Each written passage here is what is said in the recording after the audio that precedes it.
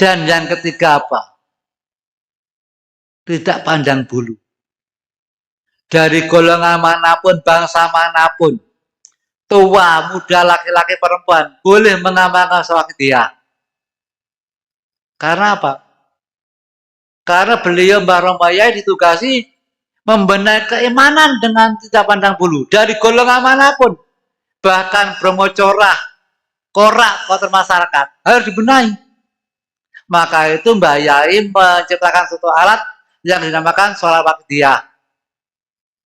Dan dengan pengeterapan syariat dan hakikat, yaitu ajar waqtiyah yang berusia 80. Itu sebenarnya kalau kita mau mengatakan adalah ma'rifat. Terus pertanyaannya, apa yang dimaksud ma'rifat itu? Haji Najrud. Ma'rifat itu memahami dirinya. Siapa dirinya? Untuk apa dirinya? Seseorang yang memahami dirinya, insya Allah dia akan memahami siapa Tuhannya.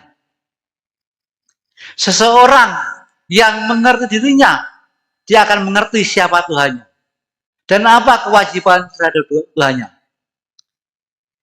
Ma'rifat tidak bisa diperoleh daripada polesan-polesan ilmu, baik itu ilmu agama maupun ilmu umum. Ma'rifat juga tidak bisa dia lakukan dengan pengeterapan Al-Quran. Maaf, bukan saya mengenal Al-Quran, tidak. Ma'rifat tidak bisa dioleh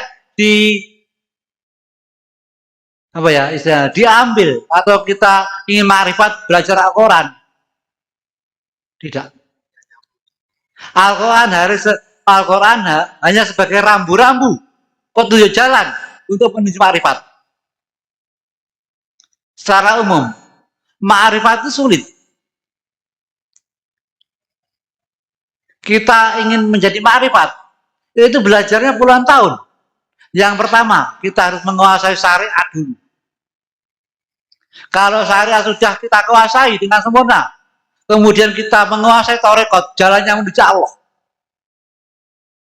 Kalau jalan yang menuju Allah sudah mengetahui, kita belajar hakikat. Itu sudah sempurna. Itu pun belum tentu kita ma'rifat. Karena apa? Ana khairun minhu. Saya lebih baik daripada kamu. Karena saya menguasai semuanya. Itu lebih jauh dari ma'rifat. Ya. Intinya, ma'rifat diperoleh dengan kesungguhan niat. Dengan keikhlasan lillahi ta'ala, li rasul, lil ghaus. Dengan mensyukuri kepada orang yang menunjukkan kebenaran kepada kita. Atau bi rasul dan lil ghaus. Dengan pengeterapan billah, yaitu menyadari bahwa kita semuanya yang menciptakan, menggerakkan, mendekati Allah Subhanahu wa ta'ala. Dan di sini billah pun dikupas lagi menjadi dua bidang. Bagai mata uang, yang kirinya angka, kirinya gambar burung atau gambar manusia.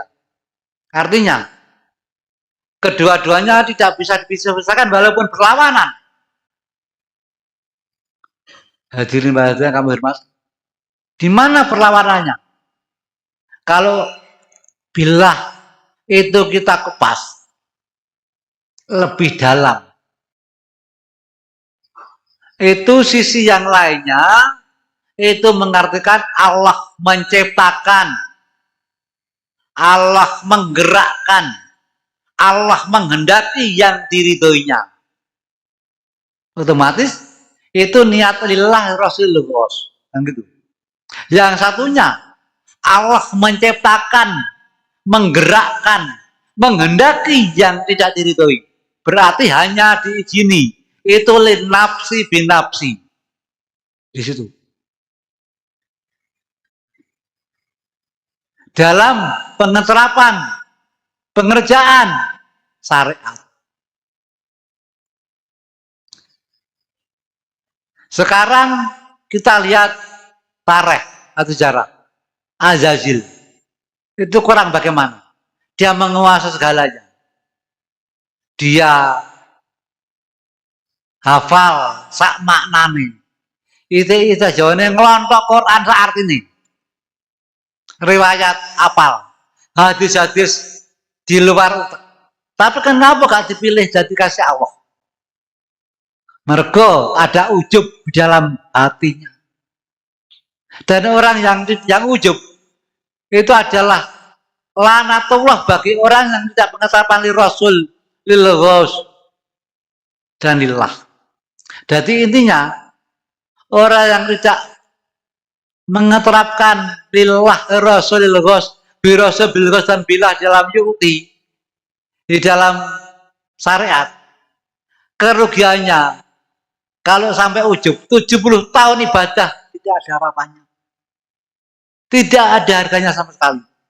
Bahkan sholat 70 kali yang diterima tidak bisa menebus ujub itu. Maka itu Mbah Romoye saling gantinya kepada kita juga masih di sekitar lillah Rasul Ghos bi Rasul bil Ghos billah. Pengeterapan itu pun juga termasuk salah satu cara beliau untuk menjauhkan kita dari ujub. Begitulah kasih beliau Mbah Yai kepada kita.